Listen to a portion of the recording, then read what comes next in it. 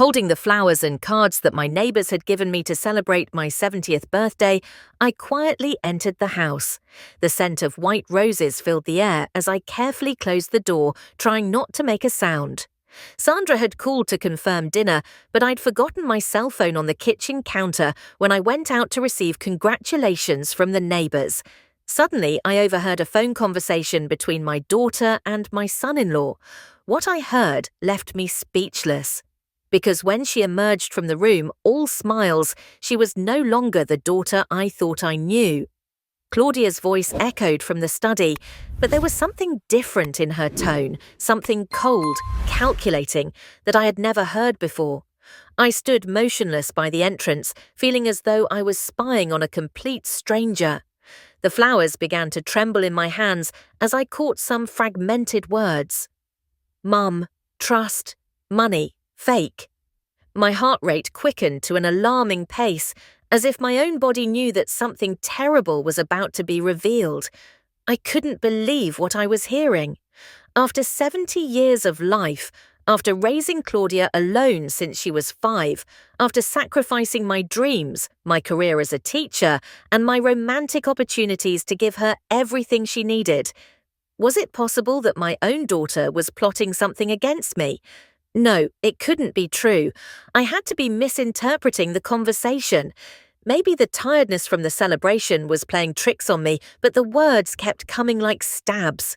Every phrase I managed to hear destroyed another piece of my world. Claudia's laugh, that laugh I had known since she was a baby, now sounded cruel, heartless. I put a hand to my chest, feeling as if I couldn't breathe. How was it possible that I hadn't noticed before? What kind of mother was I, who hadn't seen the true intentions of her own daughter? The woman who had changed 1,000 diapers, who had spent sleepless nights when she had a fever, who had worked double shifts to pay for her college. The bouquet of flowers slipped from my hands and fell silently onto the Persian rug that I had inherited from my own mother. The birthday cards scattered across the floor like dry leaves, just like my hopes. 70 years of celebrating my birthday, and perhaps this would be the last one in my own home. The irony hit me like a slap. I had been so happy just minutes before, feeling loved and cherished by my neighbors, by my family. The Millers next door had given me a homemade cake. Mrs. Peterson had knitted a pink scarf especially for me, and young Ethan from the upstairs apartment had brought me imported chocolates. My legs trembled as I heard footsteps approaching down the hallway. With desperate but silent movements, I knelt to pick up the flowers from the floor, praying that the creaking of my arthritic knees wouldn't give me away. My mind was working a mile a minute, trying to process the unthinkable. How long had they been planning this? Since when had my daughter's smiles been fake? And James, he had been a part of the plan from the beginning. I managed to sneak out the back door that led to the small garden where I grew my tomatoes and herbs. The cool evening air hit my face, but it couldn't calm the fire burning in my chest. My elderly hands trembled so much that I could barely hold the flowers. All my life, I had been a quiet, trusting woman who always saw the best in people. But in that moment, for the first time in 70 years, I felt a rage so profound it scared me. I took several deep breaths, trying to regain my composure. I couldn't let Claudia suspect that I had heard anything. I needed time to think, to process, to decide what to do with this devastating information. I arranged the flowers as best I could and re-entered the house, pretending I had just come from the garden. I placed the roses in the crystal vase that Claudia had given me last Mother's Day. That, too, had been part of the act. Claudia appeared in the kitchen a few minutes later, radiant, with that smile that had always melted my heart. Her green eyes sparkled with what I had always interpreted as genuine love, but now I wondered if it was simply satisfaction at how well her plan was unfolding.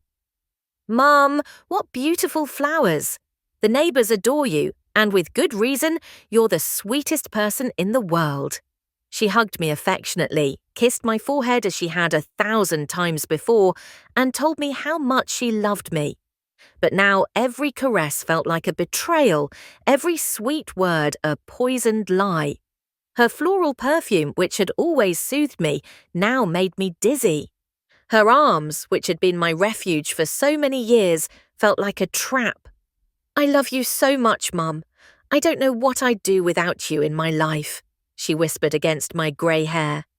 And those words, which would have once made me cry with happiness, now made me feel sick. "Are you okay, Mum? You look a little pale," she asked, with a voice full of false concern that I now recognized for what it truly was. Her eyes scrutinized me with an attention I had once interpreted as maternal affection, but now understood as calculated surveillance. I managed to smile, nod, and murmur something about the exhaustion from the celebration and the emotion of receiving so much love from the neighbours. "Get some rest, Mum. Tomorrow, James and I want to take you to that fancy restaurant you like so much for lunch. It'll be our way of celebrating your birthday as a family." Her words sounded like a death sentence. It would be tomorrow when they'd make me sign the papers, when they would execute their final plan. Inside, something had changed forever. The naive Evelyn, who had lived 70 years blindly trusting her family's love, had died in those terrible minutes. And in her place, a woman was being born who would never be deceived again. That night, I couldn't sleep for a single minute. I lay awake in my bed, staring at the ceiling as thousands of memories flashed through my mind like a slow-motion movie. How had I been so blind all these years? I replayed every moment, every gesture, every word from Claudia, searching for signs I should have seen before. And I found them. My God, I found them everywhere. I remembered when Claudia met James 3 years ago. It had been so sudden, so strange. One day she told me about a co-worker she liked, and the next week they were already living together. "Mum, he's the love of my life," she had said with those bright eyes that I interpreted as happiness. "He's perfect for me. You'll see what a wonderful man he is."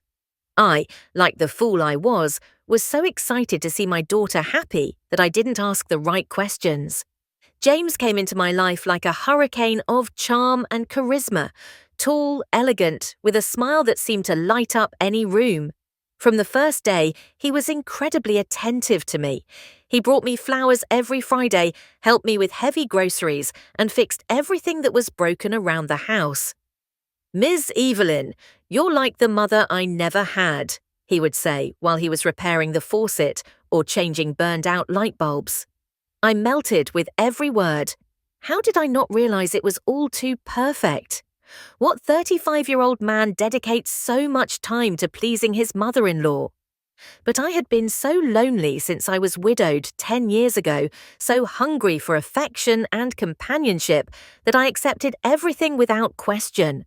Finally, I had the family I had always dreamed of, a happily married daughter and a son-in-law who treated me like a queen.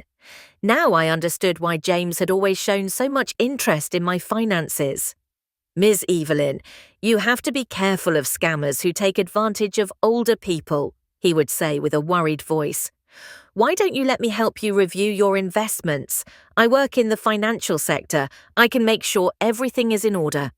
Grateful for his concern, I showed him all my documents, my bank accounts, my insurance policies. I gave him access to information that not even my own brother knew. The wedding had been strangely simple.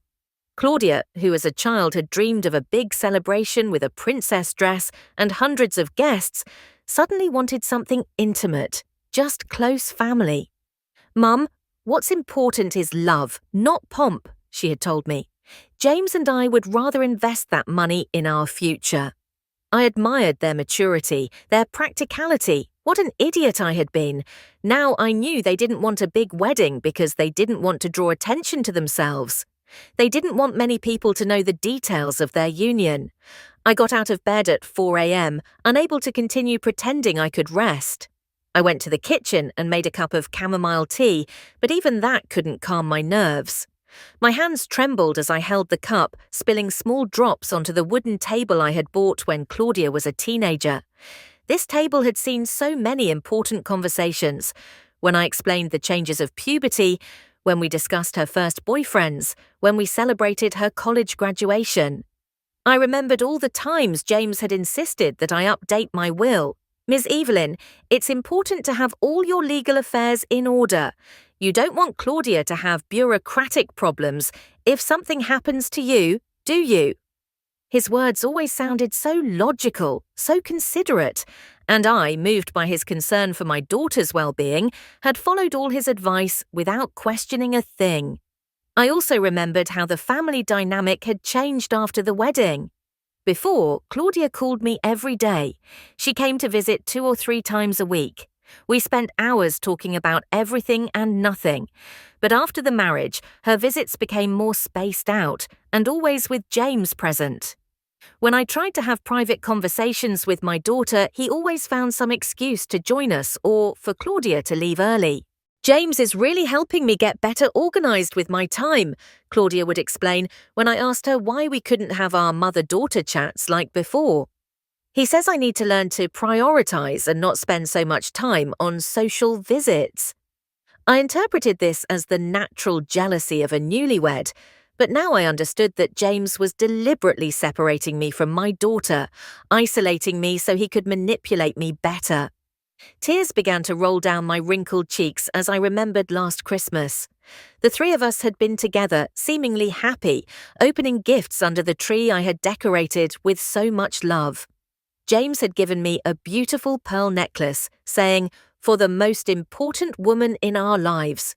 Claudia had given me a photo album with memories from my whole life, with a dedication that read, "To the best mum in the world, who has always been there for me." How could they have acted so naturally while planning to steal everything from me?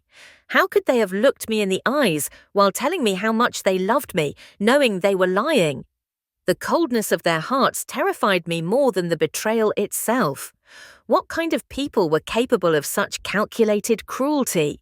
I went into the study where I had heard the devastating conversation. Everything seemed normal.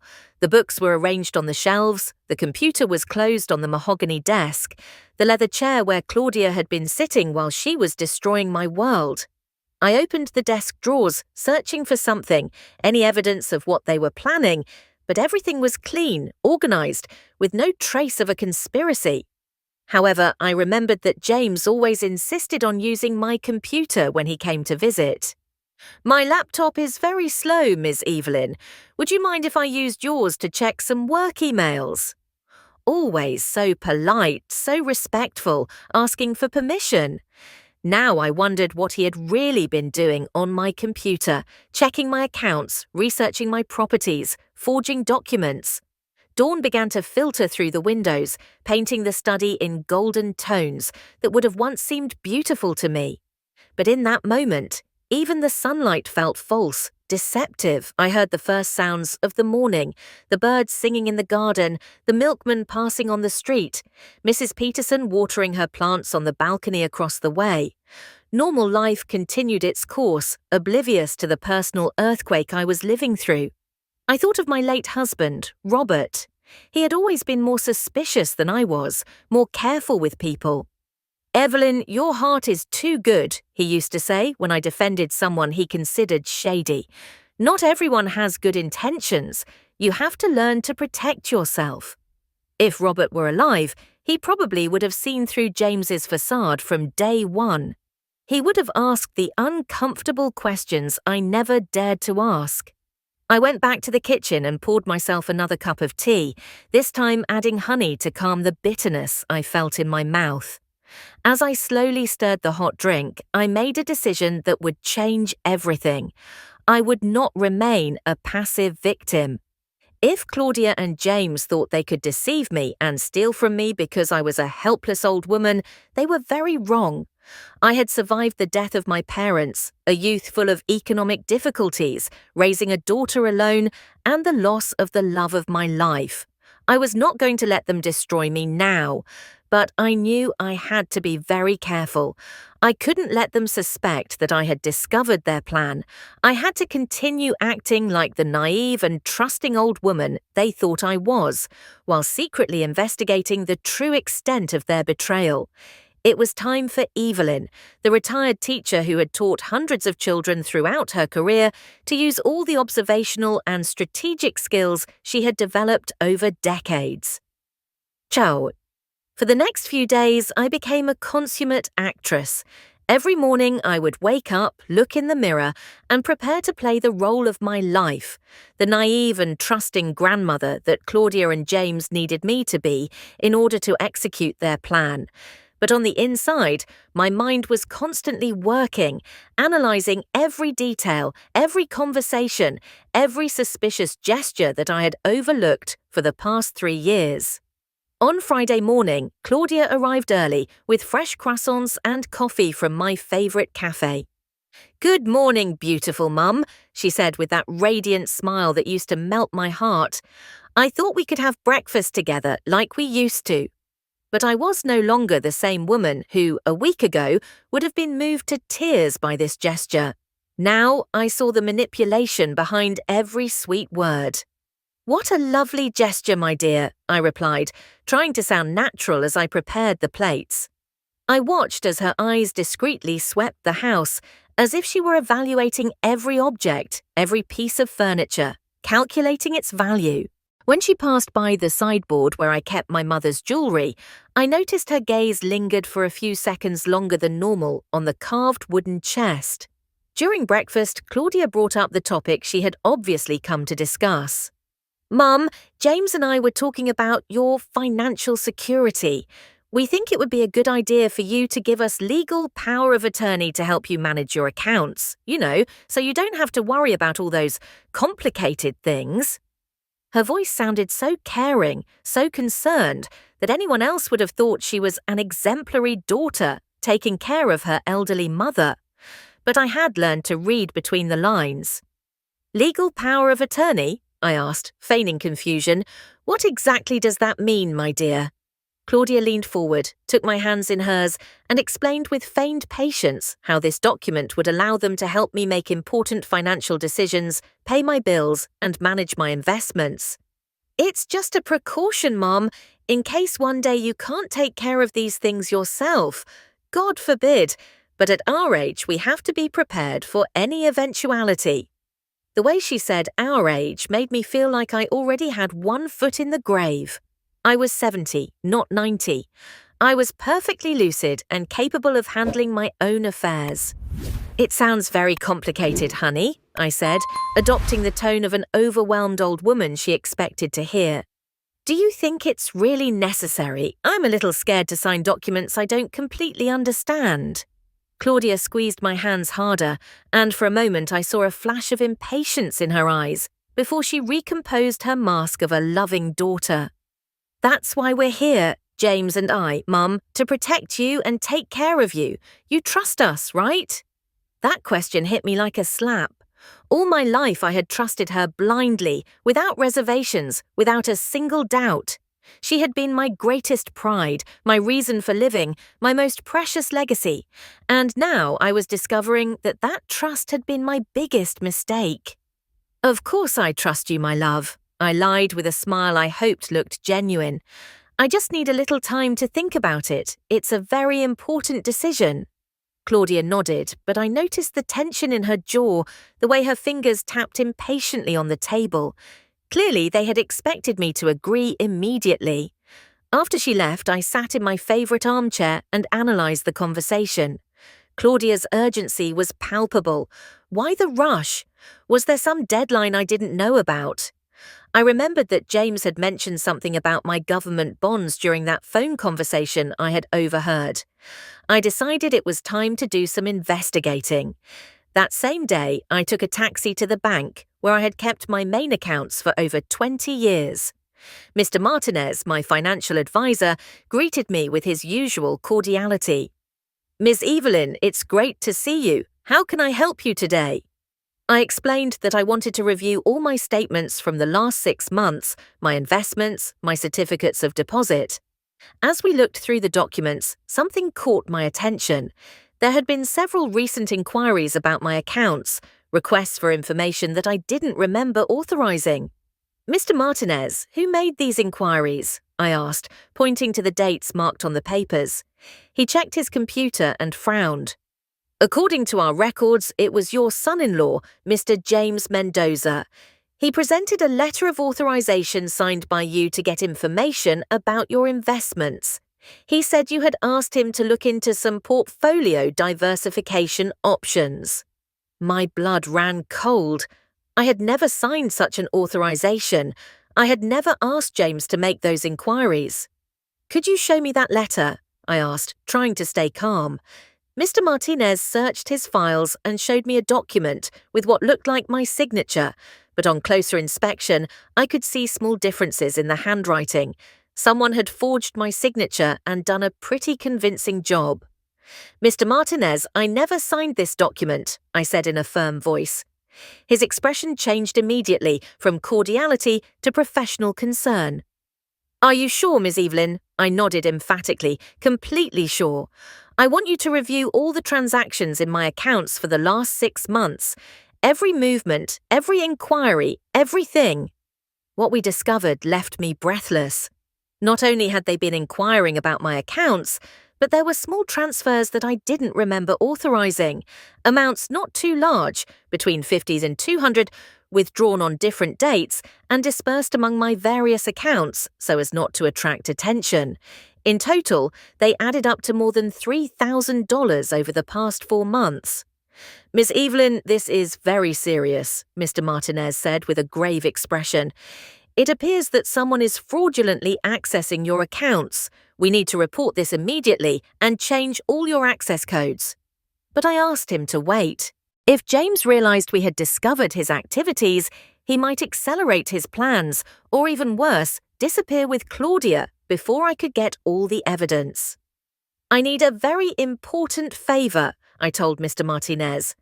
I want you to put alerts on all my accounts, but without anyone else knowing. If anyone tries to make a transaction or inquiry, I want you to call me immediately on my cell phone at any time of day or night. He nodded, understanding the seriousness of the situation. I also asked him to prepare a complete report of all the suspicious activities with exact dates, times, and amounts. I'm going to need concrete evidence of everything that's been happening, I explained. He assured me he would have everything ready by the following Monday. When I left the bank, I felt dizzy from the magnitude of what I had discovered. It wasn't just that Claudia and James were planning to steal from me in the future, they had already started. They had been stealing from me little by little so subtly that I hadn't noticed. How much more had they taken without my knowing? That night, as I ate dinner alone in my kitchen, I remembered all the times James had offered to help me with my complicated banking matters. Miss Evelyn, let me accompany you to the bank. These transactions can be confusing for someone who isn't used to the modern system. And I, grateful for his kindness, had given him access to information that I should have kept private. I also remembered how Claudia always insisted on having my passwords in case of an emergency. Mum, what if you get sick and we need to access your accounts to pay for some urgent medication? It seemed so logical, so caring, but now I understood that they had been systematically collecting all the necessary information to rob me. I went to bed that night with a mix of terror and determination. Terror at discovering that the 2 people I trusted most in the world had been systematically betraying me, but also a determination not to let them turn me into a helpless victim. I had discovered the truth, and now I had to decide what to do with it. On Monday morning, I woke up with a mental clarity I hadn't felt in years. Over the weekend, I had mentally replayed every detail of the past 3 years, and now I had a complete picture of the deception I had been a victim of. But I also had a plan. If Claudia and James wanted to play dirty, I was going to show them that a 70-year-old retired teacher with a lifetime of experience could be more cunning than they imagined. My first stop was the office of my attorney, Sebastian Taylor, who had handled my legal affairs since Robert passed away. Sebastian was an honest and discreet man, the son of a former student of mine, and I knew I could trust him completely. When I arrived at his office without an appointment, his secretary immediately let me in when she saw my serious expression. "Miss Evelyn, what a surprise to see you here," Sebastian said with a warm smile that faded when he saw my face. "Is everything all right?" I sat down across from his desk and, without preamble, told him everything I had discovered. His expression gradually changed from surprise to indignation, and finally to professional determination. "This is very serious, Ms. Evelyn. What you're describing constitutes fraud, forgery of documents, and financial abuse against a senior. These are federal crimes with severe penalties." Sebastian took notes as I recounted every detail: the conversations I had overheard, the unauthorized transactions, the forged letter at the bank. "I need you to help me protect my assets in a way that they can't access anything, but without them realizing we've discovered them," I explained. Sebastian nodded and began to design a legal strategy. First, we would create a revocable trust that would protect my main assets. Second, we would modify my will to void any documents they might have had me sign under false pretenses. Third, we would set up a monitoring system for all my financial accounts. "I also strongly recommend that we hire a private investigator," Sebastian said. "We need to know if James has a criminal record, if he's done this before, if there are other victims. This operation seems too sophisticated to be his first attempt." His words sent a chill down my spine. Was it possible that James was a professional scammer who specialized in deceiving older women? That same afternoon, while I was pretending to take my usual nap, I received a call from the private investigator Sebastian had contacted. Orlando Vega was a former police detective with 30 years of experience in financial fraud cases. His voice was deep and professional as he explained how he would proceed with the investigation. "Ms. Evelyn, I need you to provide me with all the information you have on James Mendoza, his ID number, date of birth, place of work, any detail you can remember. I'll also need recent photographs of him and your daughter." I promised to send him everything I had by the next day. While I was talking to Orlando, I heard a key in the front door. Claudia and James had arrived for their routine Monday afternoon visit. I quickly ended the call and hurried out of my room, pretending I had just woken from my nap. "What a lovely surprise," I said with the most convincing smile I could muster. James was carrying fresh flowers, as always, and Claudia was holding a bag with ingredients to prepare my favorite dinner. "Hello, Ms. Evelyn," James said, kissing my cheek. "I brought these red roses because they reminded me of how radiant you looked on your birthday." His performance was impeccable, but now I could see the falseness behind every calculated gesture. "Mum, have you thought about what we talked about on Friday?" Claudia asked while unpacking groceries in the kitchen. "About the power of attorney? James says the sooner we do it, the better protected you'll be." The urgency in her voice was unmistakable, even though she tried to disguise it with a casual tone. "Yes, my love, I've been thinking a lot about that," I replied, carefully choosing my words. "I think you're right. You never know what can happen at this age." I saw them exchange a quick look of satisfaction that they thought I hadn't noticed, but I did. "But I would like my lawyer to review the documents before I sign anything.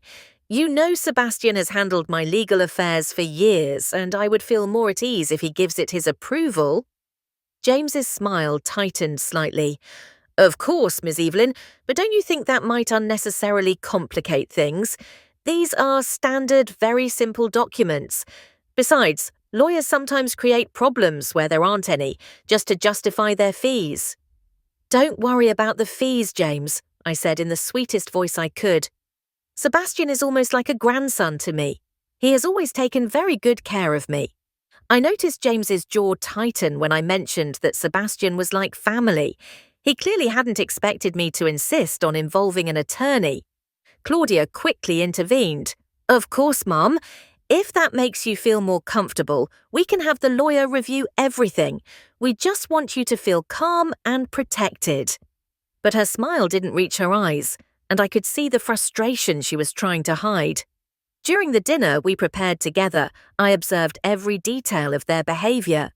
James was still charming on the surface, but now I could detect the impatience that leaked into his gestures, the way he drummed his fingers on the table when he thought I wasn't looking, how his eyes hardened when I mentioned anything related to my finances or property. "Ms. Evelyn, have you ever considered selling this big house?" James asked suddenly while serving dessert. "I mean, it's a lot of maintenance for one person. You could move into one of those modern apartments for seniors, with all the services included and 24-hour security." The suggestion surprised me with its audacity. "Sell my house," I repeated, pretending to consider the idea. "It never occurred to me. This house holds so many memories. This is where you grew up, Claudia. This is where your father and I lived all those happy years." I saw Claudia look down, perhaps feeling a flicker of guilt for what they were planning. "Exactly, Mum," Claudia said softly. "Sometimes holding on too much to the past doesn't let us enjoy the present. Besides, think of all the money you could have available if you sold. You could travel, buy nice things, and really enjoy your golden years." "It's an interesting idea," I admitted, even though my blood was boiling on the inside. They wanted me to sell my house to get immediate access to the money. They were no longer content to steal little by little. They wanted the big score. "Do you think I could get a good price for it?" James visibly perked up. "Oh, absolutely. With the current housing market, this property could easily be worth between $500,000 and $600,000. It's a very sought-after area." The greed in his eyes was so obvious that I was surprised he had managed to hide it for so long. "Wow, that much money," I sighed theatrically. "I never imagined the house was worth so much. Maybe I should seriously consider the idea." I watched them exchange another look, this time of premature triumph. They thought they had finally convinced me to hand everything over on a silver platter. That night, after they left, I called Orlando to report the conversation. "Ms. Evelyn, this confirms my suspicions. These individuals are in a hurry to get access to your assets. That usually means one of two things. Either they have urgent debts to pay, or they are preparing to flee the country once they get what they want." His words confirmed what I already suspected. This was not an improvised plan born of casual greed. It was a calculated operation, likely executed before with other victims. The question that tormented me was whether Claudia had been an accomplice from the beginning or if James had also manipulated her. Was my daughter a victim who had become an accomplice, or was she a born scammer who had been waiting for the perfect opportunity to steal from me? "Orlando, I need you to accelerate the investigation into James's past," I said. "I have a feeling we don't have much time before they intensify their efforts." He assured me he would have preliminary information in 48 hours. As I prepared for bed, I reflected on how surreal my life had become. A week ago, I was a happy and trusting grandmother. Now I was an amateur detective trying to catch the scammers who turned out to be my own family. But for the first time in days, I felt in control of the situation. I was no longer the helpless victim they thought I was. On Wednesday morning, Orlando called me with news that took my breath away. "Miss Evelyn, we need to meet urgently. What I've discovered about James Mendoza is much worse than we imagined." His voice sounded tense, and I could sense the seriousness of the situation. We agreed to meet at a discreet downtown cafe, far from anywhere Claudia or James might see me. I arrived half an hour before the appointment, nervous and anticipating the worst. Orlando showed up punctually, carrying a thick manila envelope full of documents. His grim expression confirmed that the news would not be good. "Ms. Evelyn, James Mendoza is not who he says he is," he began without preamble. "His real name is Pablo Ramirez, and he has an extensive criminal history." He opened the envelope and began to show me photographs and official documents. He has been arrested in 3 different states for financial fraud, specifically for scamming elderly women. His modus operandi is always the same. He approaches widowed or divorced women through their daughters, granddaughters, or nieces. He courts the younger relative, marries them quickly, and then convinces the older victim to give him access to her finances. The photographs showed James at different times, sometimes with a beard, other times with different hair, but always with that charming smile he had used to seduce me. In Louisiana, he scammed an 80-year-old widow out of $200,000 before disappearing with her granddaughter. In Texas, he convinced a 75-year-old woman to sell her family ranch and absconded with the money and her single daughter. Both young women later reported that he had threatened and blackmailed them. I felt as if the world was crumbling beneath my feet. "Are you saying that Claudia could also be a victim?" I asked with a trembling voice. Orlando nodded gravely. "It's very possible, Ms. Evelyn. According to police reports, Pablo uses a combination of seduction and intimidation to control young women. He convinces them that what they're doing is for love. Then he threatens them when they want to back out." "But my daughter seemed so happy, so in love," I murmured, remembering the first days of their relationship. Orlando pulled more documents from the envelope. "Look at these statements from the previous victims. They all describe the same pattern. At first, their daughters or granddaughters seemed genuinely in love. Pablo is very skilled at manipulating emotions. But over time, the young women would become withdrawn, anxious, as if they were afraid." I remembered how Claudia had changed in recent months.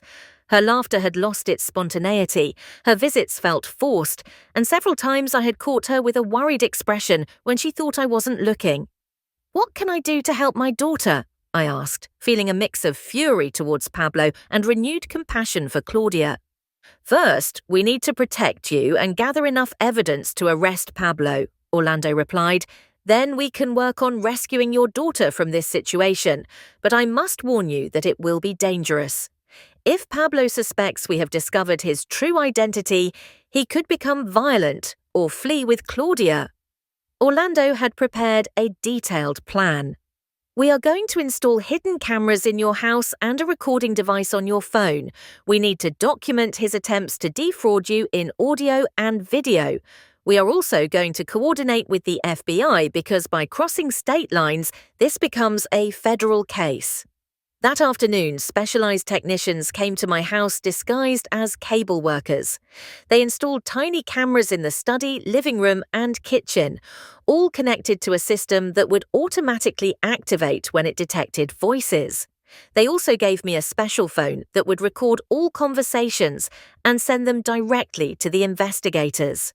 On Thursday morning, I put the plan into action.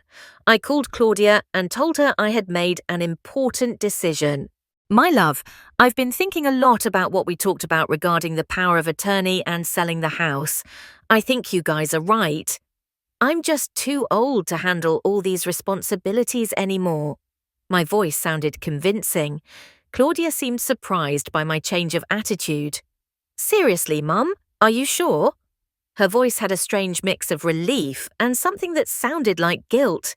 "Yes, honey, I've decided that I want you to take care of everything. I trust you completely."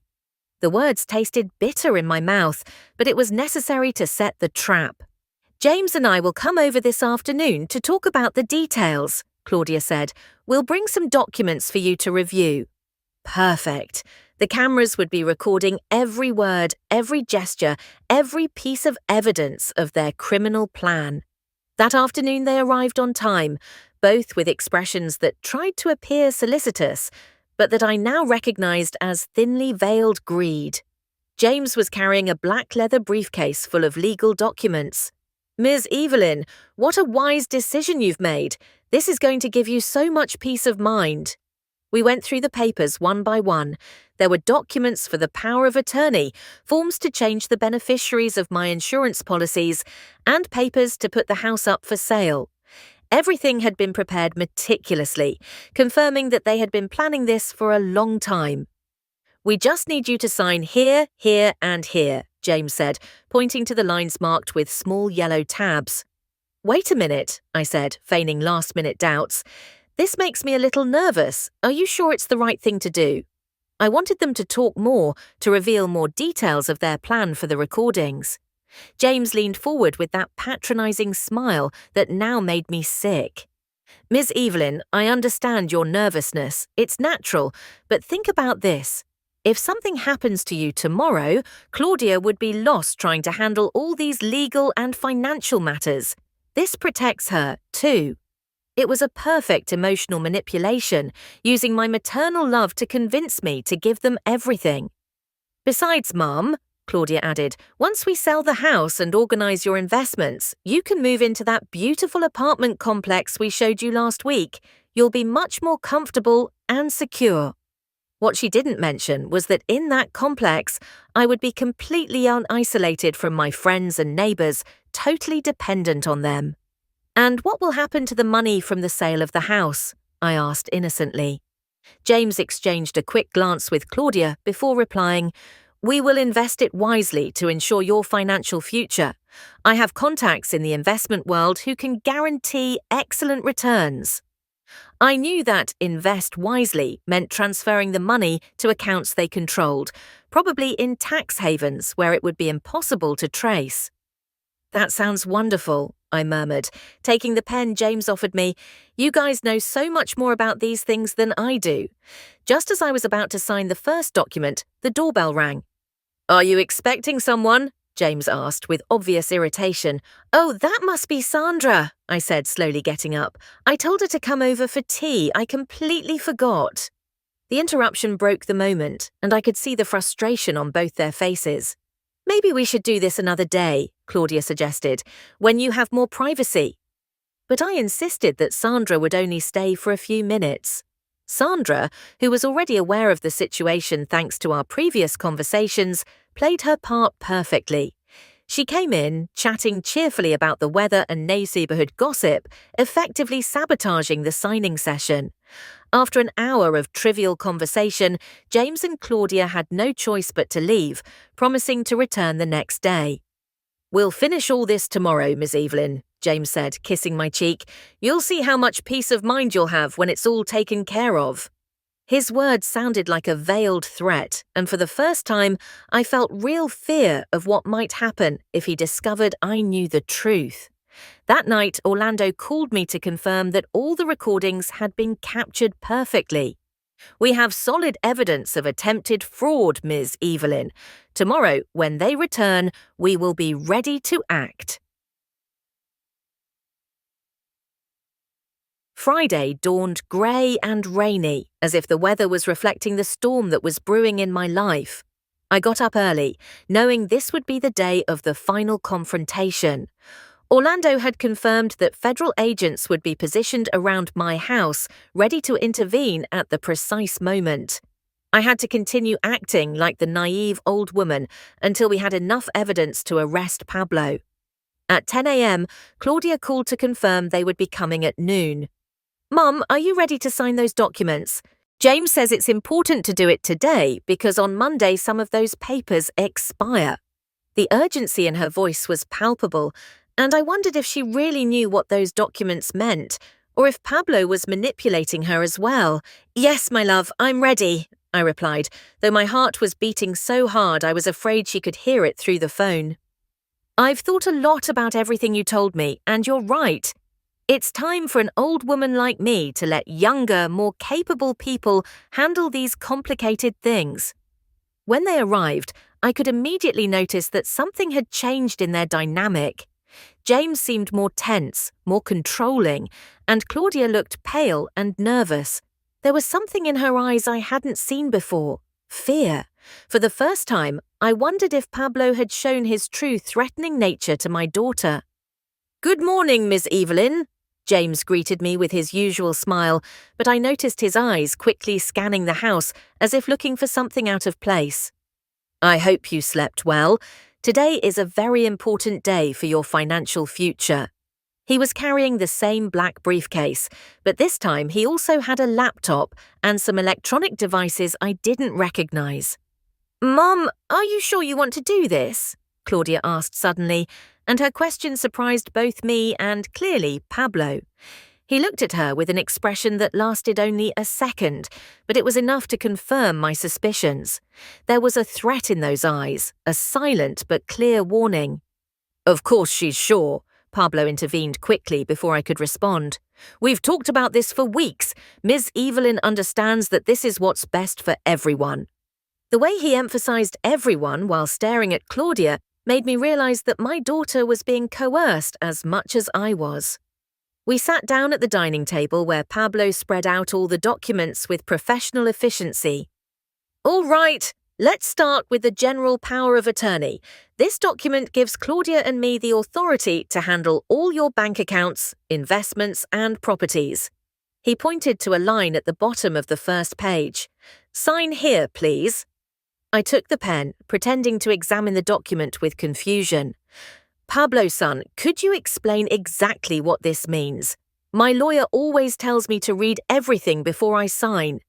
The mention of Sebastian clearly annoyed him, and I saw his jaw tighten. "Ms. Evelyn, I already explained all this to you yesterday. It means we will take care of paying your bills, managing your investments, all of that. You won't have to worry about anything ever again." His tone had become slightly impatient, and I noticed Claudia shrinking in her chair. "But if I sign this, does that mean I can no longer make decisions about my own money?" I asked, feigning more confusion. Pablo took a deep breath, clearly struggling to maintain his composure.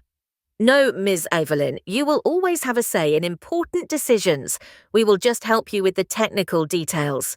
It was an outright lie, and everyone at that table knew it. The power of attorney he was pressuring me to sign would give them absolute control over all my assets. "And this other document?" I asked, pointing to the next paper. "This is to put your house up for sale," Pablo explained. "Once we sign the contract with the real estate agent, we can get the best possible price in the current market." "How long do I have to change my mind about the sale?" I asked innocently. Pablo exchanged another glance with Claudia before replying, "Well, once you sign the contract, it will be binding. But don't worry, Ms. Evelyn, this decision is going to change your life for the better." At that moment, Claudia spoke unexpectedly. "Mum, if you're not completely sure, we can wait. There's no rush." Pablo looked at her with an expression so cold it made me shiver.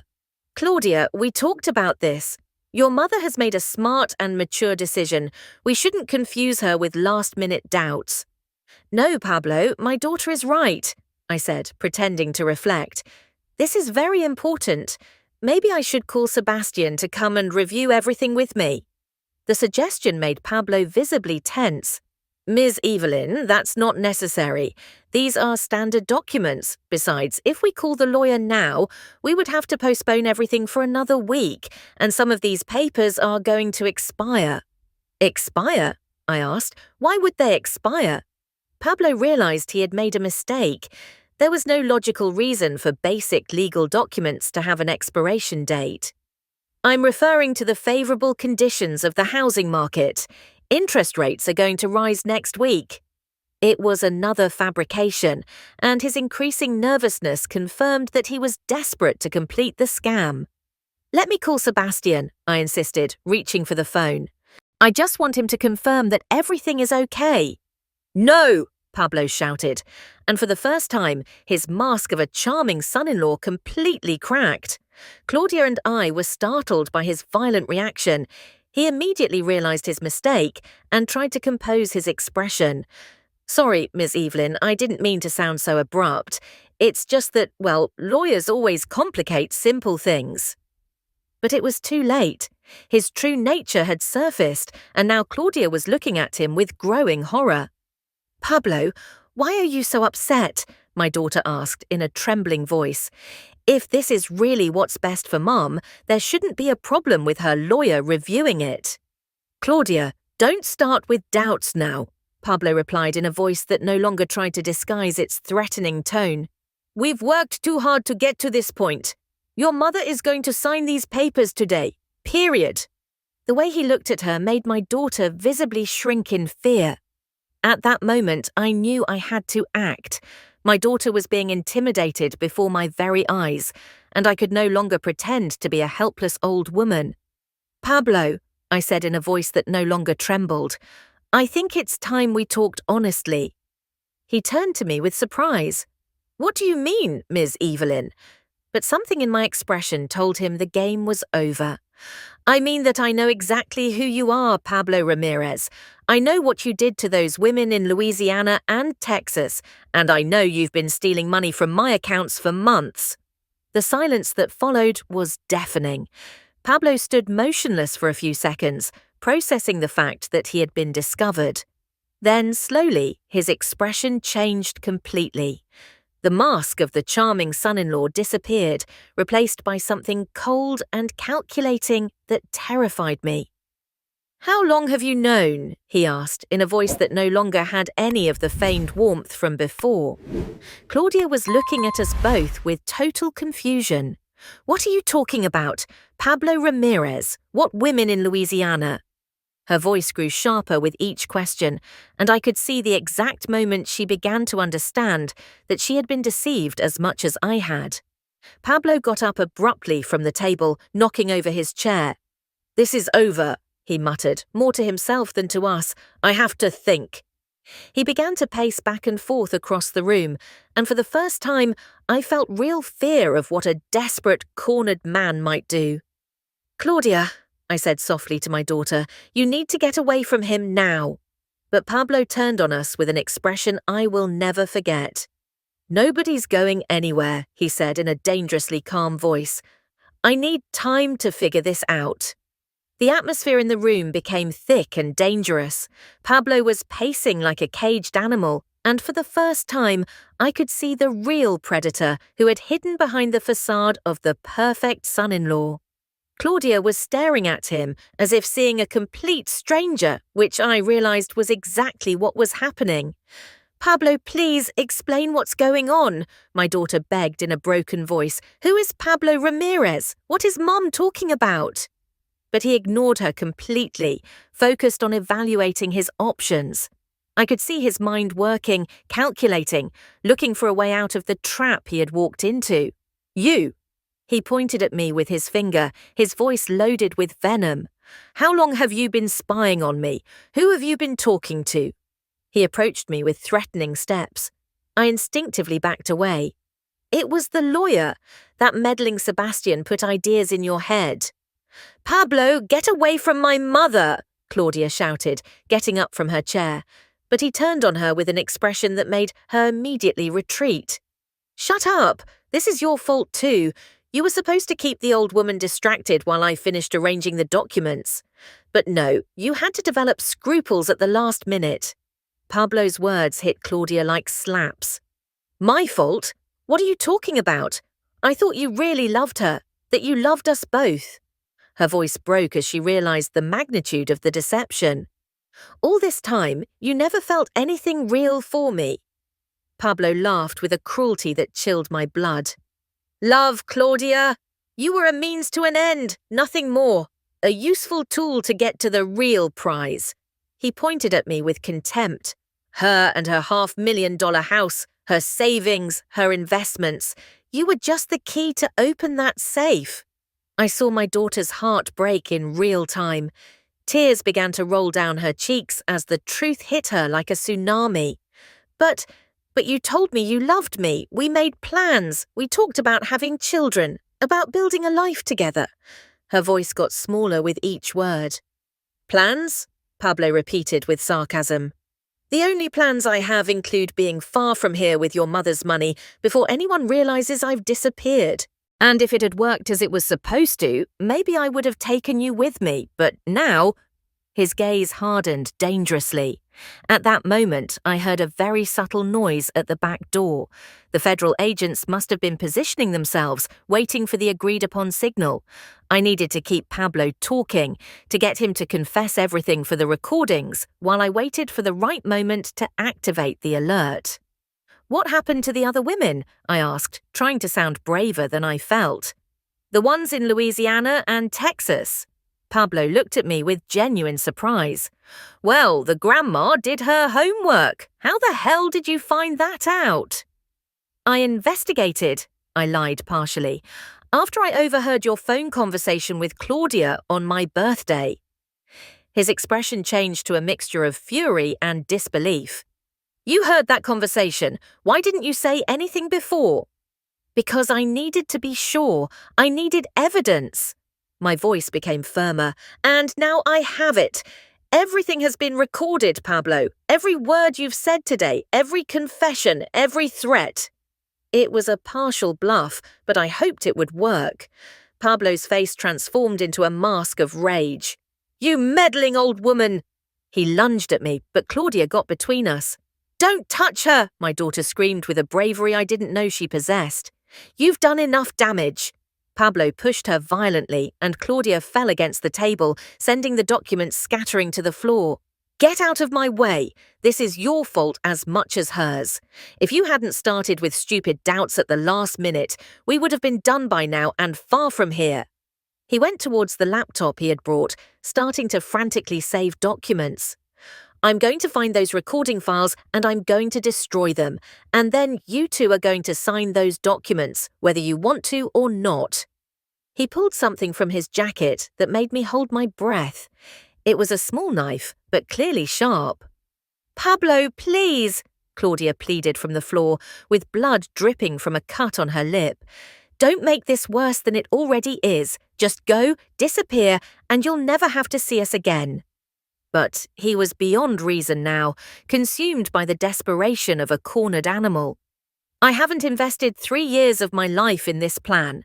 3 years of pretending I cared about this pathetic family. I'm not going to leave empty-handed." He approached me with the knife, his eyes gleaming with a madness that terrified me. "You're going to sign those papers right now, old woman, or you're going to regret the day you decided to mess with me." In that critical moment, I remembered Orlando's instructions. I had a panic button hidden in my blouse pocket. I discreetly managed to press it while Pablo was frantically checking his laptop. The signal had been sent. The agents knew we were in immediate danger. "Okay, Pablo," I said in a trembling voice, pretending to give up. "I'll sign whatever you want. Just don't hurt Claudia." I was hoping to buy time until help arrived. He smiled with cruel satisfaction, believing he had won. "That's what I like to hear. I knew you'd come to your senses when you saw things from the right perspective." He approached with the documents, still holding the knife threateningly. "Sign here, here, and here, and don't even think about trying anything stupid." But just as I took the pen, we heard unmistakable sounds outside, running footsteps, authoritative voices, the unmistakable noise of police vehicles arriving quickly. Pablo froze, immediately understanding what it meant. "You set a trap for me," he shouted, turning the knife on me with homicidal fury. "FBI, open the door!" they yelled from outside. Pablo looked at Claudia and me with crazed eyes, clearly calculating if he could use us as hostages or if he should try to flee. "This isn't over," he dangerously muttered. "If I'm going down, I'm taking someone with me." He lunged towards Claudia, who was trying to get up from the floor. "You ruined everything with your last-minute doubts," he yelled at her. "If you had kept your mouth shut and followed the plan, none of this would have happened." He raised the knife towards my daughter, and at that moment, I knew I had to act. With a strength I didn't know I still possessed at 70, I got up from the chair and lunged at Pablo, screaming to alert the agents about the critical situation. "He's armed! He has a knife!" My scream was immediately followed by the sound of the front door being knocked down. "FBI, drop the weapon!" The agents burst into the room just as Pablo and I were struggling for control of the knife. Claudia was screaming from the floor, and total chaos took over my quiet family home. The confrontation lasted only a few seconds, but it felt like an eternity. The federal agents moved with military precision, surrounding Pablo while I stumbled away towards where Claudia lay on the floor. "Drop the weapon! Hands up!" Multiple voices yelled in unison, but Pablo was too desperate to surrender easily. "Get away or I'll kill her," Pablo howled, holding the knife to his own neck in a gesture of absolute desperation. His perfect plan had completely unraveled, and now he was facing years in federal prison. The agents kept their weapons aimed at him, but they didn't get any closer, carefully assessing the situation. Orlando appeared behind the agents, coordinating the operation with calm professionalism. Pablo Ramirez, also known as James Mendoza, is under arrest for federal financial fraud, forgery of documents, and assault with a deadly weapon. You have the right to remain silent. Anything you say can and will be used against you in a court of law. The words sounded like heavenly music to my ears. As they were taking Pablo away, he shouted one last threat at us. "This isn't over. I know people who are going to come looking for you. You're going to regret ruining my plans." The agents quickly silenced him, but his words planted a new seed of fear in me. Others were involved in this operation. Orlando approached us once the scene was secure. "Miss Evelyn, are you hurt? Do you need medical attention?" I shook my head, although I felt as if I had aged 10 years in a single afternoon. "I'm physically fine, but I need to know if we are really safe. Was that man working alone?" "That's an excellent question," Orlando replied with a serious expression. "We've been monitoring his communications for the past few weeks, and it appears he had contacts with a wider network of scammers. We are going to maintain surveillance on your house for the next few days while we fully investigate all his connections." Forensic technicians began processing the scene, photographing everything, collecting the fraudulent documents, and retrieving Pablo's laptop, which contained crucial evidence. "Ms. Evelyn, we're going to need you to come to the federal office tomorrow to make a full statement," Orlando informed me. "Your testimony will be fundamental in building a solid case against him." Claudia had finally stopped crying, but she looked emotionally devastated. "Mum, can you ever forgive me?" she asked in a broken voice. "I know I participated in this, even if I didn't completely understand what was happening.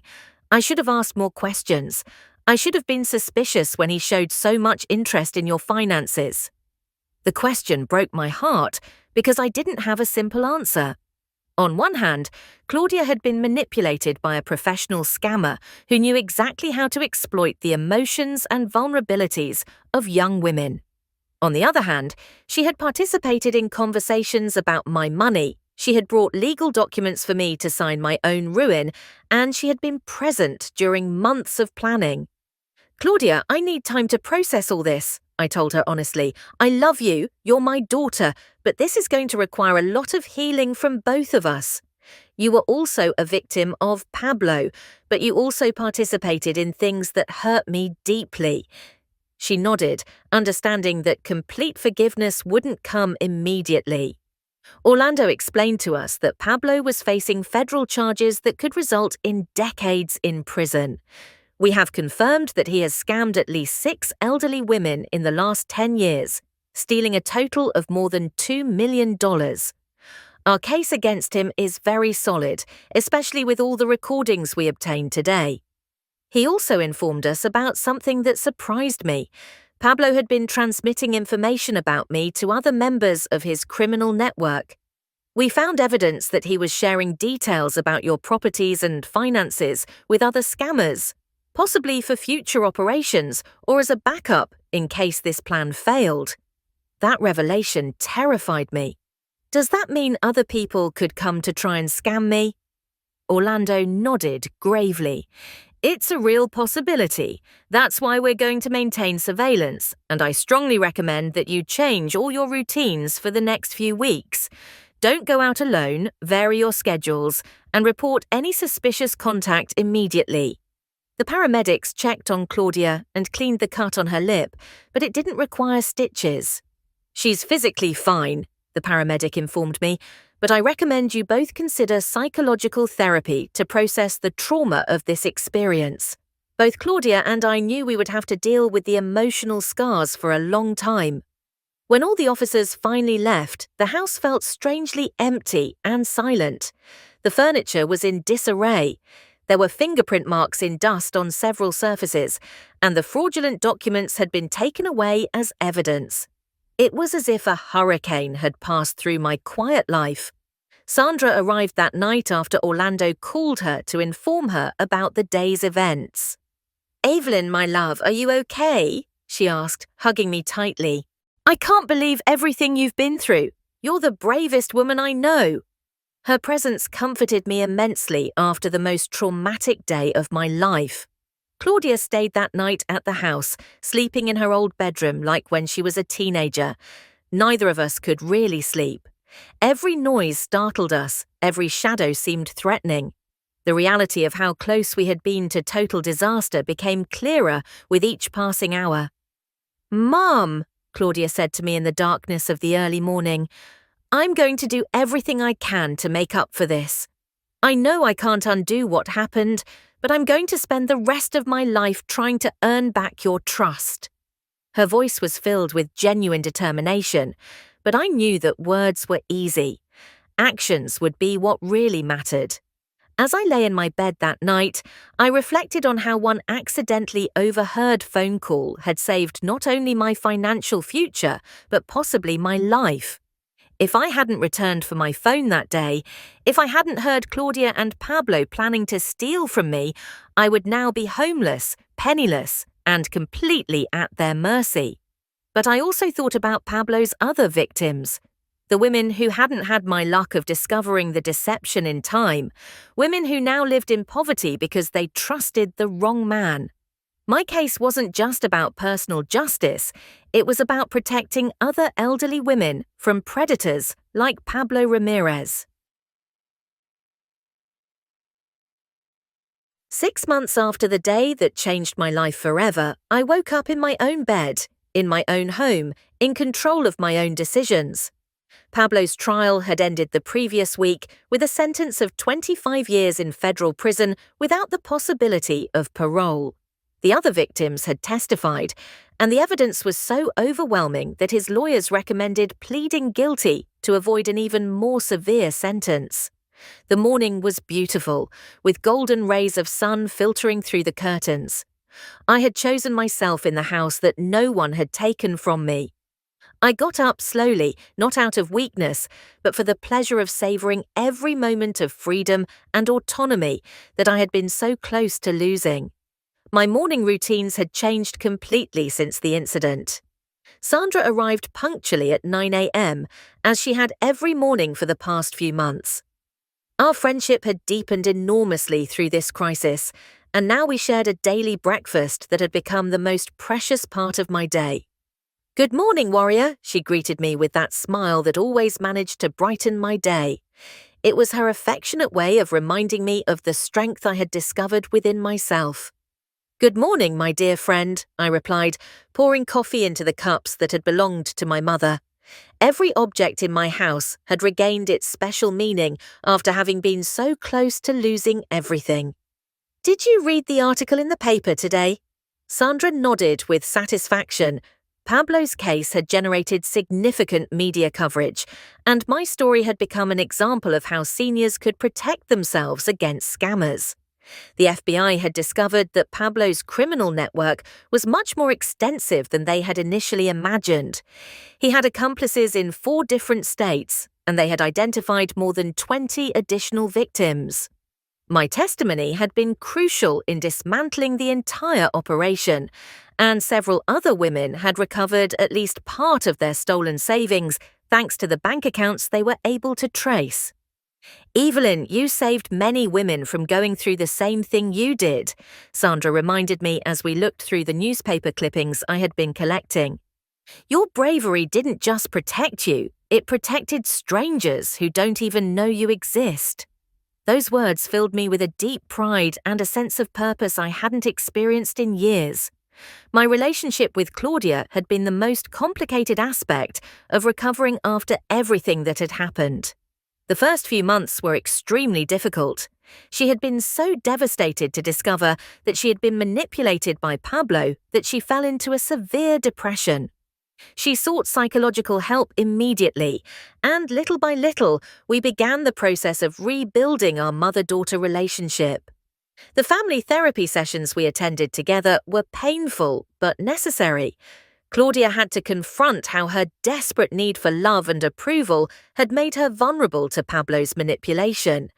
I had to process not only the betrayal, but also my own role in creating a dynamic where she felt obligated to protect me, even when it meant participating in something she had a feeling was wrong. Mum, I know I hurt you deeply, and I understand if you can never completely trust me again, Claudia had told me during one of our most difficult sessions. But I want you to know that every day I'm working on becoming the daughter you deserve, the person I should have been all this time. Her words came from a place of genuine pain and a real determination to change. The recovery had been gradual but constant. Claudia had found a new job in another city, partly to give me space but also to start fresh in a place where no one knew her history with Pablo. We talked on the phone 3 times a week, and her monthly visits had returned to the natural warmth we had lost during Pablo's years of manipulation. During these months, I had also received unexpected contacts from some of Pablo's other victims. A woman named Alicia from Louisiana had called me to thank me for my testimony, which had helped her recover some of the money Pablo had stolen. "Ms. Evelyn, you are my hero," she had said with an emotional voice. "If it hadn't been for your courage to stand up to him, I never would have gotten anything back." These contacts had led me to make an important decision about how to use this traumatic experience for something positive. With Sebastian's help, I had established a small foundation to educate seniors about the warning signs of financial scams. I gave monthly talks at community centres, sharing my story and teaching others how to protect themselves. The most important thing I learned and told my audiences was that it's okay to ask difficult questions, even of the people we love. If someone truly cares about us, they will understand our need to protect ourselves. I saw the faces in the audience nodding, recognizing their own experiences in my story. Orlando had become an unexpected friend through this process. He visited me occasionally to tell me about the progress of the case and to check on my safety. "Ms. Evelyn, in my 30-year career, I've never seen a victim turn a traumatic experience into something so powerful to help others," he had told me during his last visit. My house had been completely renovated after the incident, not because it was damaged, but because I wanted to reclaim every space that Pablo had contaminated with his presence. The study where I had overheard that devastating conversation was now my office for the foundation, filled with thank you letters from people who had avoided scams after attending my talks. The solitary mornings that used to fill me with melancholy, I now enjoyed as moments of peace and reflection. I had rediscovered my love for gardening, and my backyard had become an oasis of colourful flowers and aromatic herbs. Every plant that grew felt like a small victory against those who had tried to steal my future.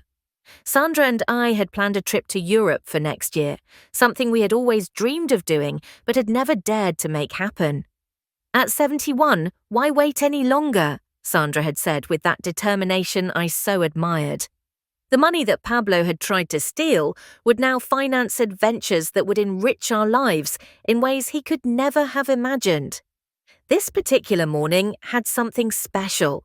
It was exactly 1 year since the day I overheard that phone conversation that changed everything. Claudia was coming over for lunch, bringing fresh flowers and a homemade meal we would prepare together. Our relationship would never be exactly the same as before, but in some ways it was deeper and more honest than ever. As I finished my coffee and prepared for the day, I reflected on the extraordinary transformation I had experienced. A year ago, I was a vulnerable woman, trusting to the point of naivete, easily manipulated by anyone who showed a little feigned affection. Today, I was a woman who knew her own worth, who had faced danger with courage, and who used her experience to protect others. The phone rang, interrupting my reflections.